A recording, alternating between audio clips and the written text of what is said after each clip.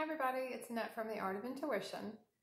And today we're going to talk about grief energy.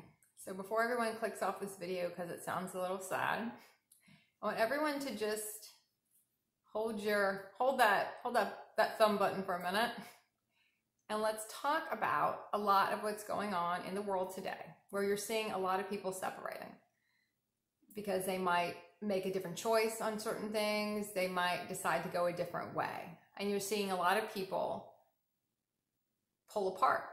Now, there's a zillion different reasons why realities end and people go their separate ways. You know, there's a zillion different ones. And there will be a zillion different reasons why these things happen the way they do. It happens with the people it happens with. This video is going to focus a little bit more on what exactly happens with the body when these things happen and we go through what a human will call it's a grieving process. You know, I'm sad, I miss this person, all I am is just crying profusely, this reality's leaving. Why is this happening?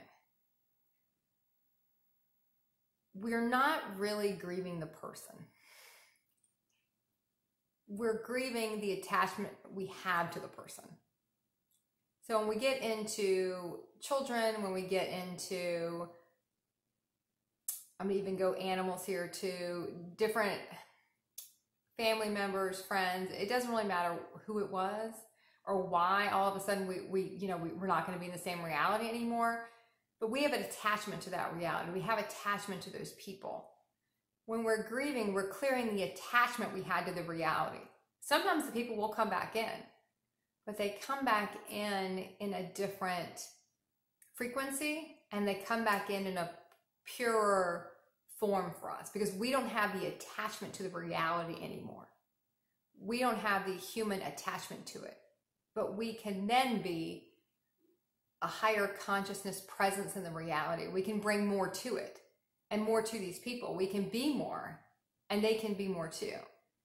More might not be the word I'm looking for, but it's the one that kind of comes to mind. We can all be and shift this reality to a different place because we don't have the attachment for it.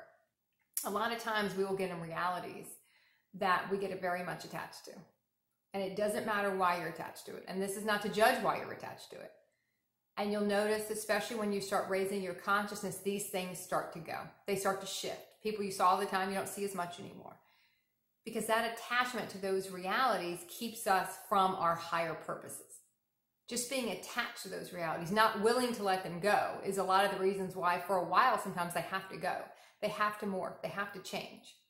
I have a certain one I track, and every time it shifts a little bit or that person starts going through a different part of their life, I know I'm about to shift again because the relationship's going to rearrange again. It's going to change again. Sometimes these people come back, sometimes they don't. But when we're so attached to the reality, a lot of times it has to go for at least a while for us to clear out the attachment we have to it. And then we can enter back into it because it's not going to hold us back from our higher purposes. A lot of us all of us have higher purposes to do. And if we're really ingrained and attached to a certain person, a certain thing, then we're not going to be able to fulfill those higher roles. It's going to hold us back.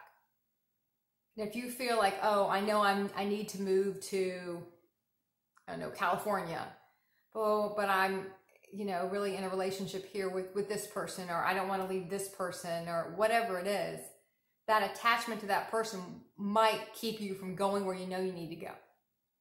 So a lot of times we can't have the mobility we need to have when we're doing our higher consciousness roles to move around more, if we're supposed to do that, when we're really attached to something. So all that grief, all that sadness that gets triggered, it also has to get triggered by certain people because those are the ones we're attached to. If it's someone else, we don't care, in a sense. We care about everyone, but you get where I'm going with it.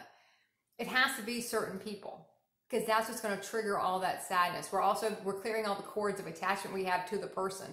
I heard it described once. It's everything that's not love. That's really what you're clearing. That's what grief is. It's what's not love. Because all those cords and attachments, that's not love. That's human love.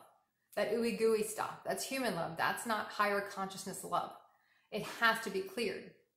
We have to be able to let it go, and sometimes let it go for a while till we can reset the reality where we can still be in it, but not have the attachment to it.